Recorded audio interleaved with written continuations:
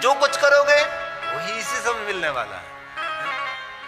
आपने किसी का दिल दुखाया, दिल दुभाया, इसी समय दूसरे दिन ही, शाम नहीं होते हुए आपको फल मिल जाता है। लेकिन जब ब्राह्मण और ब्राह्मणी ने भगवान शिव जी को कहा, प्रभु कोई धर्म में हमारे से कर्म हो गया, इस पुत्र के रूप में प्रकट हुआ, भगवान पर सब कुछ छोड़ दिया। और बहुत सारी जीवन की बातें भगवान पर छोड़ना सीख जाइए आप, मैं हृदय से कहता हूं। चिंता करने की कोई आवश्यकता नहीं। और कल भी भगवान ने संभाल लिया था, आज भी भगवान संभाल रहे हैं, तो कल भी हमारा महादेव आपको संभाल लेंगे। किस बात की चिंता करते हो? बहुत बार हमको संभाल लिया है, गिरते हुए पकड़ लिया महादेव ने। हम गिर रहे थे और इतने गिर रहे थे कि वहां गिरकर खड़े भी नहीं हो सकते थे, इतने गिर रहे थे। लेकिन भगवान ने आकर हमारा हाथ पकड़ लिया। और भगवान ने हमारा एक हाथ नहीं पकड़ा, हमारा दो हाथ पकड़कर दोनों भुजा उठाकर हमको उठा लिया और फिर चलना सिखा दिया। इसलिए बहुत हृदय से कहता हूं, सभी मेरे भाई बहनों को प्रार्थना है, कोई चिंता का विषय नहीं है। कल भी आपने महादेव को संभाला था, आज भी आपको महादेव संभाल रहे हैं। और भरोसा रखिए, कल भी महादेव आपको संभाल लेंगे। इसलिए निश्चिंत रहिए आप, बहुत सारी बातें भगवान पर छोड़ दीजिए, जीवन जीने का आनंद मिलेगा। और चिंता कभी आनंद को प्रवेश नहीं करने देती। चिंता बड़ी जीवन की आनंद की चौकीदार है, कभी आनंद को पास में नहीं आने देगी चिंता। जो चिंता तो होगा, कभी वो आनंदित नहीं रह सकता, क्योंकि दोनों साथ में नहीं रह सकते, ये दोनों विरोधाभास हैं। कोई तो मनोवैज्ञानिक मुझे कहे जो चिंता करने वाला व्यक्ति आनंदित है, कोई तो मनोवैज्ञानिक बोले कभी हो ही नहीं सकता। आप सब पढ़े लिखे भाई बहन है, चिंता करने वाला कभी आनंदित नहीं रह सकता, एकदम सत्य बात है। आनंद में वही रह सकता है जिनको चिदानंद पर भरोसा है। चिदानंद रूपम शिवोहम शिव, वो आनंदी रह सकता है, वो प्रसन्न रह सकता है। चिंता ऐसी चिंते व्यक्ति को चलाने वाली वो चिंता, इसलिए छोड़ दीजिए। आज गोपेश्वर महादेव को सौंप दीजिए, तू कर चिंता। चिंता ऐसी डाकिनी काटी करे जा खाए, वेद बिचारा क्या करे, कहाँ तक दवा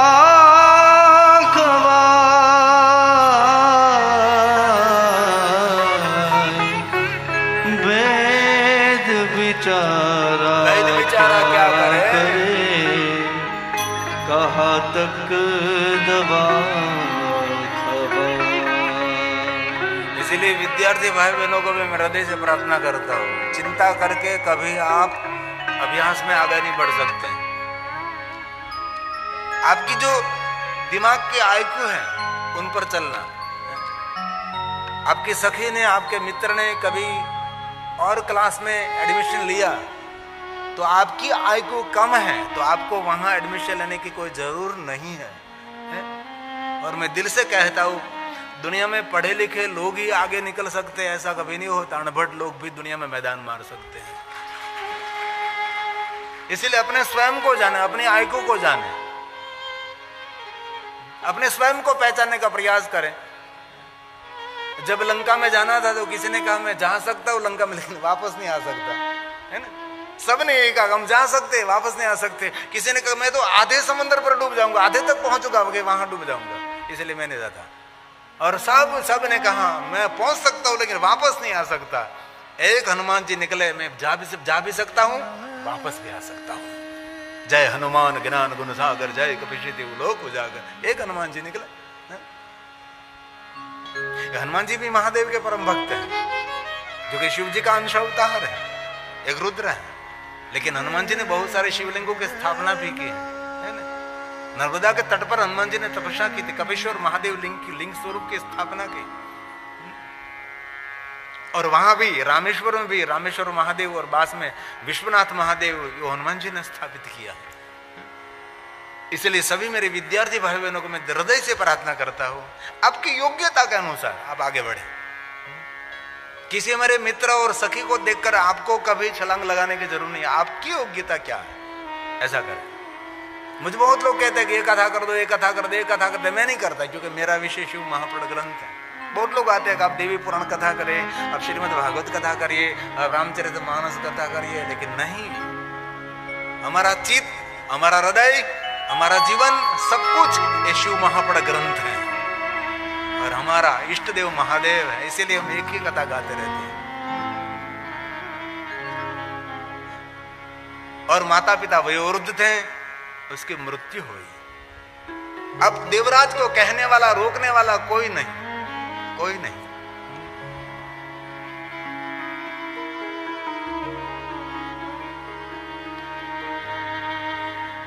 जो माता पिता बार बार उसको सलाह देते थे, सूचन करते थे, रोकते थे, अब कोई नहीं रहा।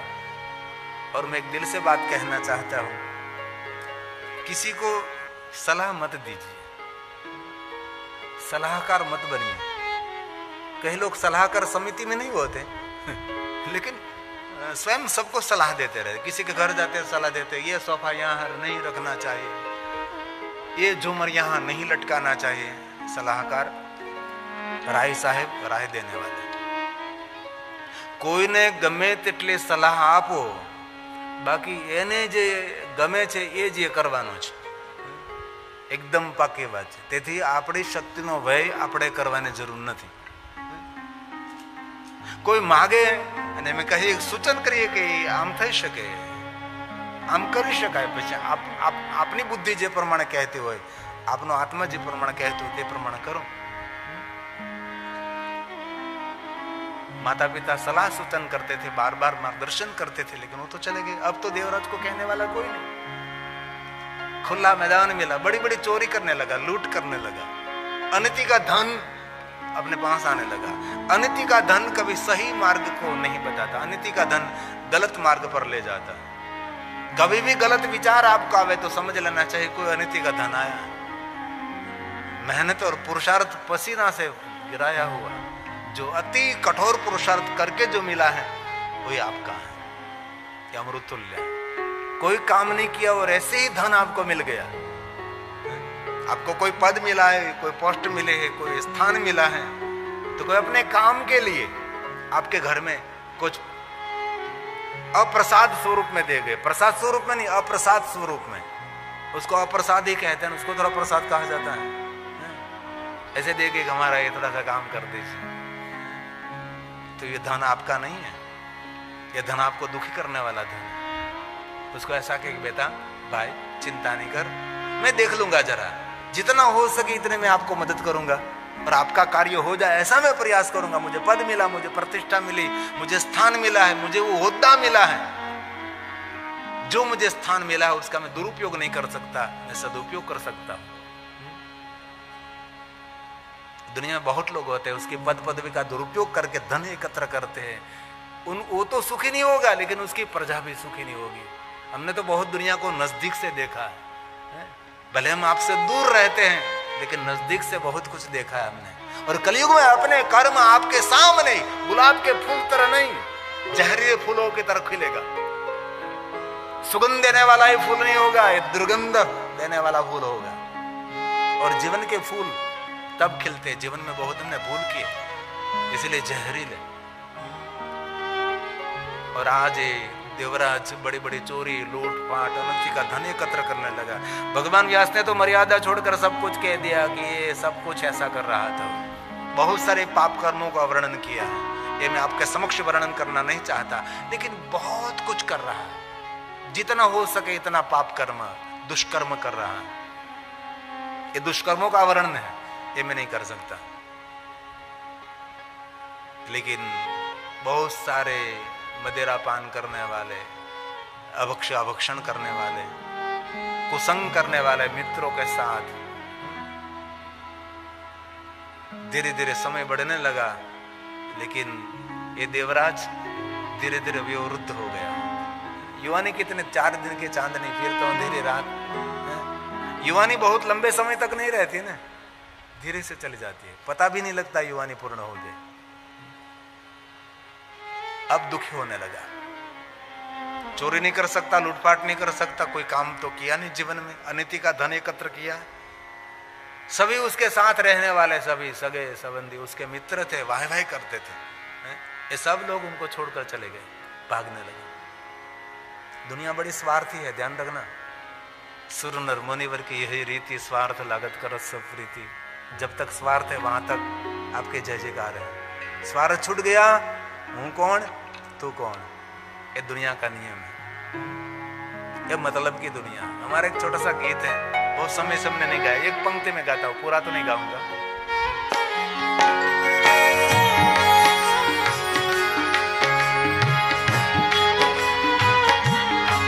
बहुत पहले मैं बहुत गाता था। मतलब निया दुनिया स्वार्थ नो आ संसार, मतलब निया दुनिया स्वार्थ नो आ संसार। न्याय नीति ना पंथे चालो समरो सर्जनहार, न्याय नीति ना पंथे चालो समरो सर्जनहार। दुनिया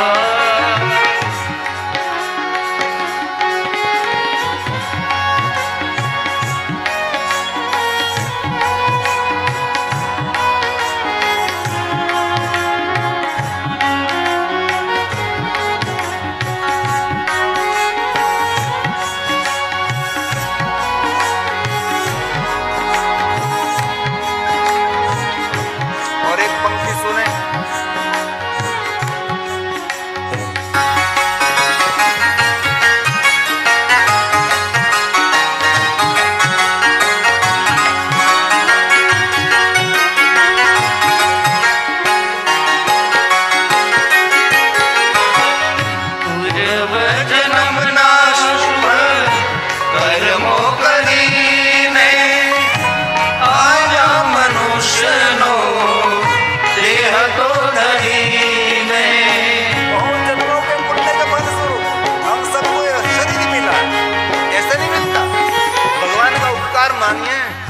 पशु नहीं हुए, हम पक्षी नहीं हुए, हम मनुष्य हुए। भगवान ने मनुष्य शरीर दिया है। भगवान को रोज उठकर सुबह में ब्रह्म मुहूर्त में जागकर भगवान को कि भगवान आभार, आपने हमको मनुष्य बनाया। एक पल पल में बहुत सारे अवतार मिलते हैं, कोई पशु बने, कोई पक्षी बने, कोई जलचर, कोई नभचर, कोई भूचर। हम सबको मनुष्य बनाया। मनुष्य का क्या धर्म है? दुर्लभ मनुष्य देहो देहि नाम शन संगुण, साधन धाम मोक्ष कर द्वारा पाए न जही परलोक द्वारा। भगवान तक पहुंचने के लिए साधन है, और कोई साधन नहीं। ये साधन साधना करने के लिए, उपासना मोक्ष के द्वारा। रामचरितमानस तुलसी साधन था मोक्ष कर द्वारा, परमात्मा तक पहुंचने का पाई न जन्म लोक सवारा, पाई न परलोक सवारा। बड़े भाग मनुष्य तनु पावा, बड़े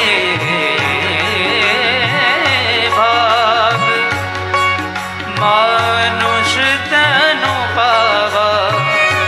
सुर दुर्लभ ग्रंथ गावा, सुर दुर्लभ ग्रंथ गावा।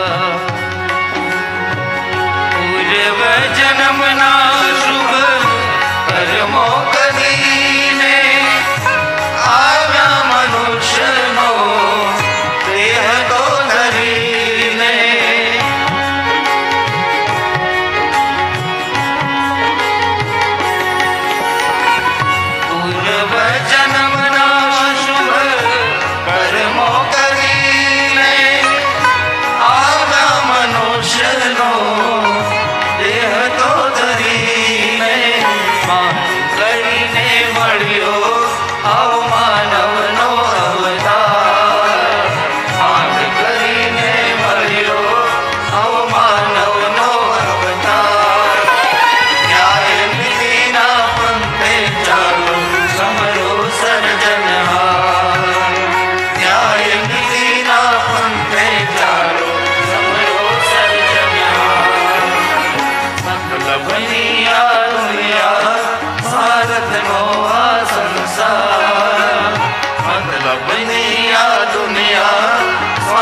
साधनो आ संसार न्याय नीति ना पंथे चालो समरो सर्जनहार न्याय नीति ना पंथे चालो समरो सर्जनहार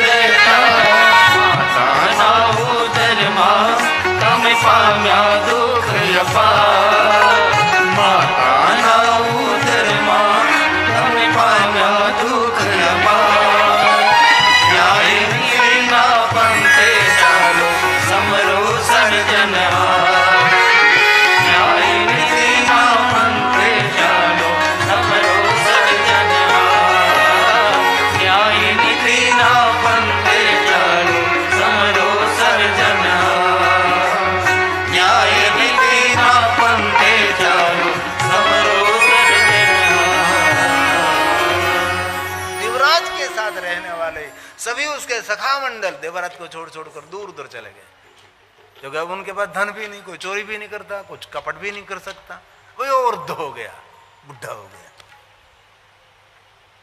गांव में भटक रहा है, धीरे धीरे शरीर में रोग निकल रहे हैं, क्योंकि वृद्धावस्था में बहुत सारे रोग बिना निमंत्रण आते हैं। इनमें शराब पीने वाला, भक्षण करने वाला, निर्व्यसनी लोगों को कम रोग रहता है, व्यसन करने वालों को रोग ज्यादा रहते हैं। नवरात्रि, चैत्री नवरात्रि में और कुछ माता जगदम्बा अम्बा के लिए कुछ भी न करें, लेकिन अपने लिए करें। इस चैत्री नवरात्रि की याद स्वरूप और शिव महाप्रण गाथा का याद स्वरूप आपको जो कुछ तम्बाकू गुड़का खाने की आदत है, बीड़ी पीने की आदत है, तो मैं दिल से कहता हूं भगवान शिव को याद करके इस कथा पंडाल में, कथा स्थल पर छोड़ दीजिए। आपके आरोग्य की जवाबदारी भगवान शिव जी की रहेगी। भगवान में आपको और कुछ नहीं दे सकता, लेकिन ये भगवान में आज से संकल्प करता हो, 2-3 दिन, 4 दिन, 5 दिन आपको जरूर तकलीफ तो होगी, क्योंकि चाय भी छोड़ते तो 7 दिन के लिए इतना सर दुखता है। चाय, सिर पर चाय छोड़ते तो, कॉफी भी छोड़ते तो डगमगा उठते हैं। हमारे एक महात्मा जी मिले थे, वो कह रहे थे, बाबूजी क्या करें, बहुत लोग बड़े बड़े त्याग की बातें करते हैं, लेकिन चाय नहीं छोड़ सकते, चाय का त्याग नहीं कर सकते, कॉफी का त्याग नहीं कर सकते, बीड़ी और तंबाकू का त्याग नहीं कर सकते, संसार का कैसे त्याग हो सकता है उनसे? एक छोटी सी बात नहीं त्याग सकते तो संसार को कैसे त्याग सकते हैं?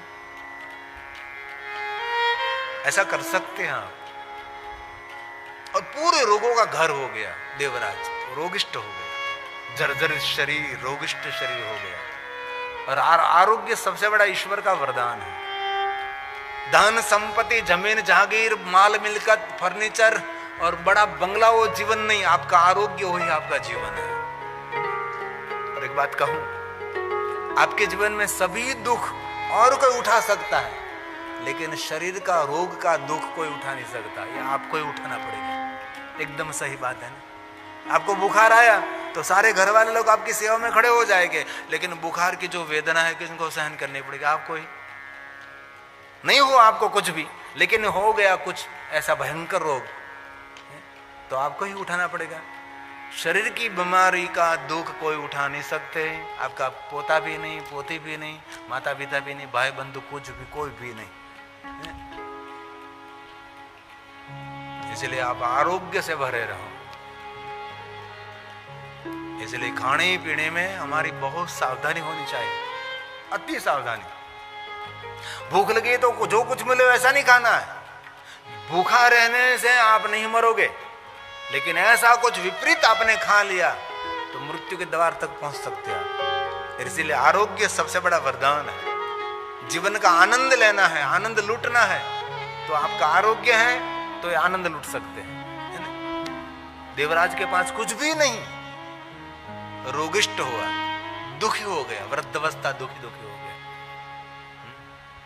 गांव में भटक रहा है, सब लोग उसका अपमान अनादर कर रहे हैं। अब क्या करूं? किरातों का नगर छोड़कर और स्थान पर चला जाऊं। नगर को छोड़कर मार्ग पर चलने लगा। कहां जाऊं? कोई लक्ष्य नहीं है, बस चल रहा है। बहुत लोग दुनिया में है, जीवन का कोई लक्ष्य नहीं है। हमारा जीवन का कोई लक्ष्य होना चाहिए। घना लोग सपना बो जो, पण सपना ये पगथिया वगैरह निहरणी से, तो याद रखजो, सपना ये पगथिया वगैरह निसरणी છે, પણ જીવનનું ધ્યેય એ નિશ્ચિંત કરેલા પગથિયા સાથેની નિસરણી છે। તમે અહીં સુધી પહોંચવાનું છે તમારે। लक्ष्यहीन जीवन जंगल में भटकने के समान है। कोई तो लक्ष्य निश्चिंत करे, कोई तो निर्णय लीजिए। दुनिया में कोई ऐसा लक्ष्य नहीं है जहां पहुंचने के लिए कोई रास्ता नहीं है। कोई दुनिया में ऐसा लक्ष्य नहीं है जहां पहुंचने के कोई रास्ता, सभी रास्ते हैं, लेकिन रास्ता खोजना वो बुद्धिमत्ता होनी चाहिए। इसलिए आपके जीवन में कोई लक्ष्य रहा होगा कि आप वहां ये करेंगे, ये करेंगे, ये करेंगे, लेकिन देवराज के पास तो कोई लक्ष्य नहीं था, बस जा रहा है मार्ग पर। देवराज अपनी वृद्धावस्था में दुखी हो गया। क्यों दुखी हुआ? युवानी में उसने सावधानी नहीं रखी। इसलिए मेरे युवान भाइयों बहनों को मैं हृदय से प्रार्थना करता हूं, पढ़ते पढ़ते भी कुछ काम करो।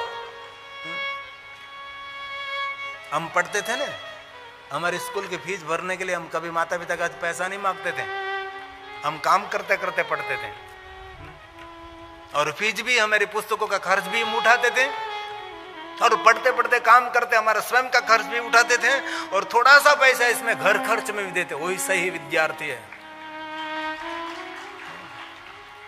ऐसे विद्यार्थी को हमने देखा। हमारा एक मित्र विद्यार्थी था, सुबह में जल्दी 5 बजे उठकर अखबार बेचने के लिए जाता, 7:30 8 बजे स्कूल पहुंचना, इससे पहले अखबार बांटने के लिए जाता था।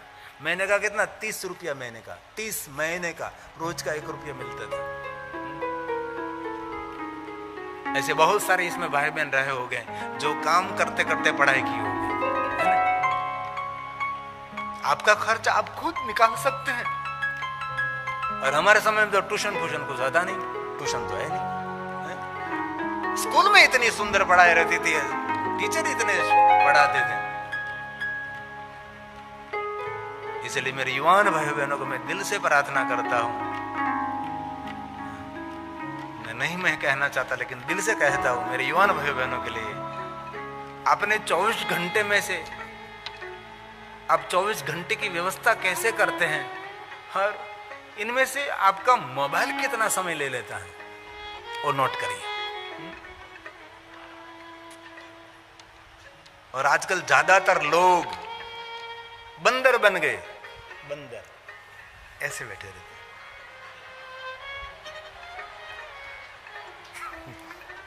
ज्यादातर लोग बंदर बन गए, उसकी मुंडी इनमें रहती है, मोबाइल में रहती है। उसको ऐसा लगता है भारत देश मोदी साहब नहीं, ये खुद चला रहा है, ऐसा लगता है उन लोगों को, है ना? इसलिए मेरे युवान भाई बहनों को दिल से मेरी प्रार्थना है, आपका टाइम मैनेजमेंट होना चाहिए, समय,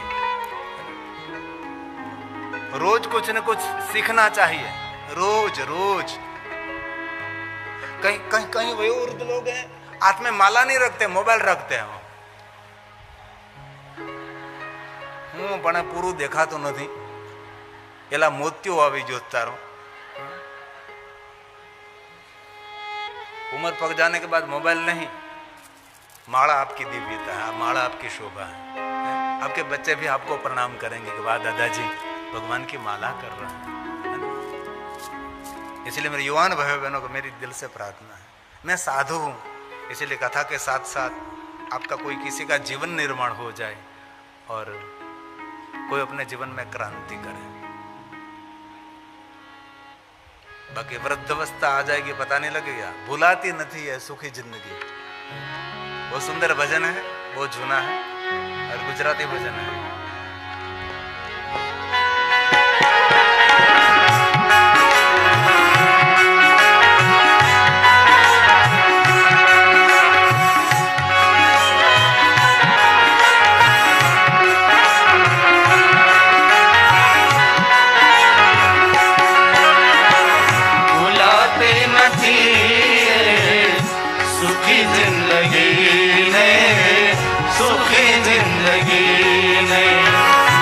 हमेशा हंसी खुशी जिंदगी ने, खुशी जिंदगी ने।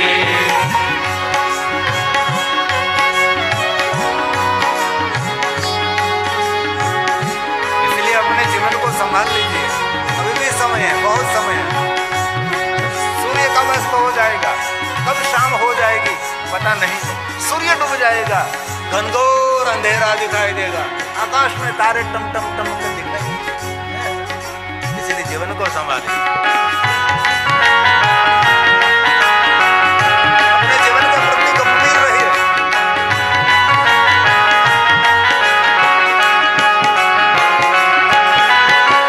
सुखी जिंदगी बालपन माँ गुजारी, माँ की गोद में, माँ की गोद में, माँ के आंगन में, पिता की गोद में लहर लूटी, सुखी जिंदगी बालपन में गुजारी। हम बच्चे थे, कोई चिंता नहीं थी, क्या मजा लूटते थे हम लोग। ये जीवन दर्शन है, उस भजन को कहते हैं जीवन दर्शन, अपना दर्शन, स्वदर्शन। सुखी जिंदगी बालपन माँ गुजारी, युवानी की युवानी की दुखी जिंदगी ने, दुखी जिंदगी ने, युवानी की दुखी जिंदगी ने, दुखी जिंदगी ने। कितनी सुंदर शब्दावली है, बालपन में सुखी जिंदगी, आनंद लहर लहर लूटी। अरे वे उर्द बोल रहा है कि मैंने मेरे युवानी में ध्यान नहीं रखा, अब वे उर्दवस्था में दुखी हो रहा है। दरेक युवान को मैं कहता हूँ जीवन में 35 साल में और आपके पास प्रतिष्ठा और आपकी योग्यता अनुसार 2 पैसा होना चाहिए, और ज्यादा से ज्यादा 40 साल, 41, 42, 43 कुछ भी नहीं हो सकता है ना। 50, 51, 52 जंगल में शुरुआत, वन 51, 52 कुछ भी नहीं रहेगा। इसलिए मेरे युवान भाई बहनों को मैं हृदय से प्रार्थना करता हूं, कोई काम छोटा नहीं है, कोई काम छोटा नहीं है, कुछ भी काम करिए। पढ़ लिख कर डिग्री लेकर बैठे, बड़े बड़े पेपर फाइल बनाकर बैठे, फाइल में कुछ भी नहीं होता, फायर हो जाएगी फाइल। जो काम हाथ में आए वो काम करने लगो, तब बड़ी नौकरी मिले तब की तब। अब शुरू करो, कर सकते हैं आप, एक्स्ट्रा काम करो और टाइम करो, क्यों नहीं। आप युवान हैं, बहुत कुछ कर सकते हैं, बाकी युवानी में ध्यान नहीं रखोगे तो जिंदगी दुखी हो जाएगी। इसलिए आगे के पंक्ति, मरे वृद्ध पड़ो तारे पछताओ खासे, मरे वृद्ध पड़ो तारे पछताओ खासे, दुखों में गुजारे, दुखों में गुजारे, रड़ी जिंदगी ने, रड़ी जिंदगी ने, दुखों में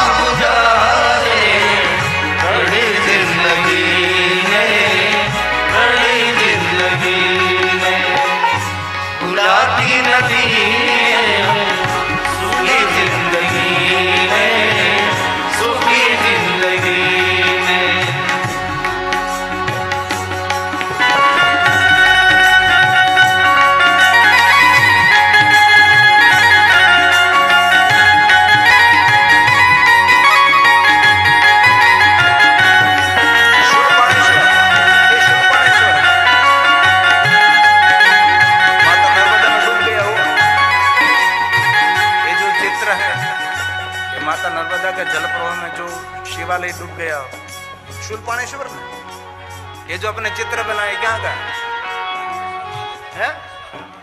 रामेश्वर, आफेश्वर, आफेश्वर महादेव।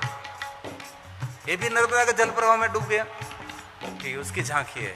मैंने अभी देखा, चित्र में मुझे पता नहीं लग रहा था, लेकिन ये जब मेरे भाई हर्ष ने निकाल कर सबको सेट किया, दिखा, बाद में पता लगा ये जो डैम का पानी थी इसमें डूब गया। और एक बात कहूं, अमृत सप्त गंगाओं में सभी के तट पर शिवलिंग है, लेकिन माता नर्मदा के तट पर जितने शिवलिंग हैं, इतने शिवलिंग कोई नदी के तट पर नहीं है। ये लिंगों से भरी हुई है हमारी माता नर्मदा। दर्शन मात्र न पाप हारिका, जिनके दर्शन करने मात्र से पाप हरने वाले, ये माता नर्मदा की महिमा है, उनकी अद्भुत महिमा है। अभी मैंने चित्र देखा,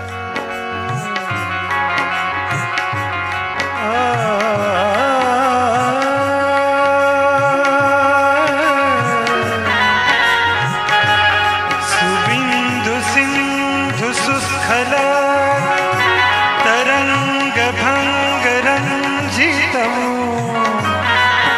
द्विषस्तु पाप जात जात कारिवारि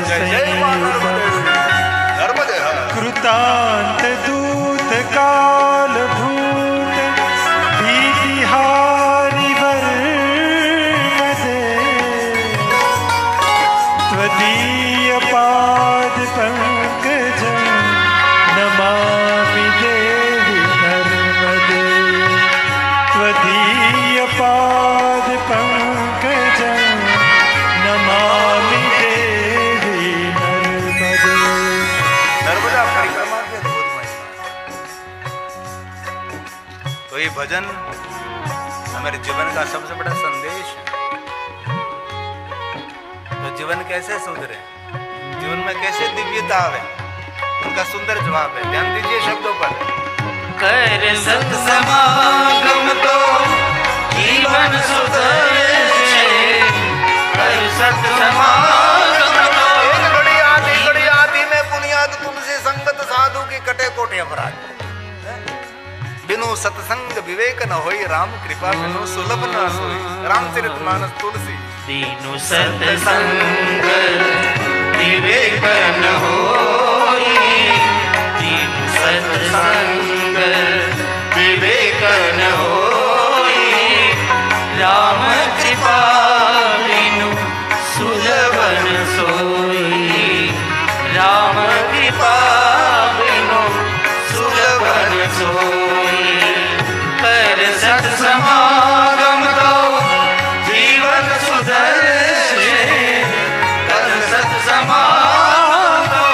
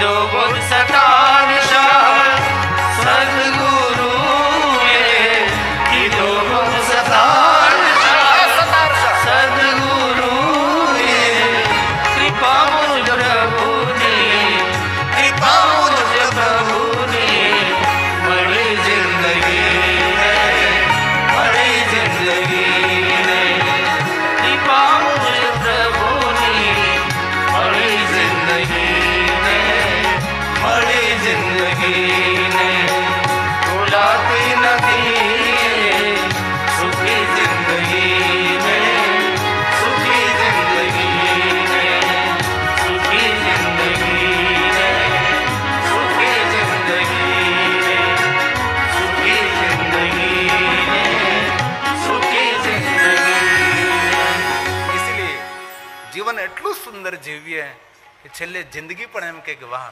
સરસ જીવો તું. અરે આપણો અંત થાય ત્યારે ગામ આખાને કહેવું ન પડે ભાઈનું મૃત્યુ થયું વગર કહે શમશાન અતરામાં ગામ આખો જોડાઈ જાય ખુશ્બુ ફેલાતી રહે.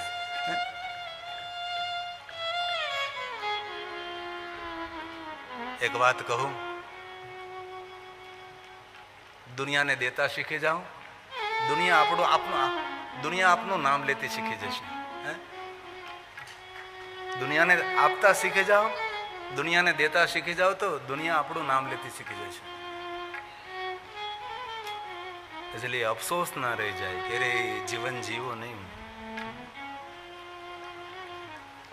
आज वयोवृद्ध देवराज जर्जरित शरीर बुढ़ा शरीर आंखों में आंसू निराशा हताशा वयोवृद्ध ऐसे लोग होते ज्यादातर हमने देखा है निराशा निराशा जीवन में कुछ भी नहीं हो सका दूसरों के अवगणना बिखरे हुए बाल टूटे हुए कपड़े ऐसे अंगम गलितम पलितम. आदि जगत गुरु शंकराचार्य ने कहा कैसा कैसा रूप होगा मुंडम टुंडम. इसलिए समय आपके पास है भज गोविंदम भज गोविंदम.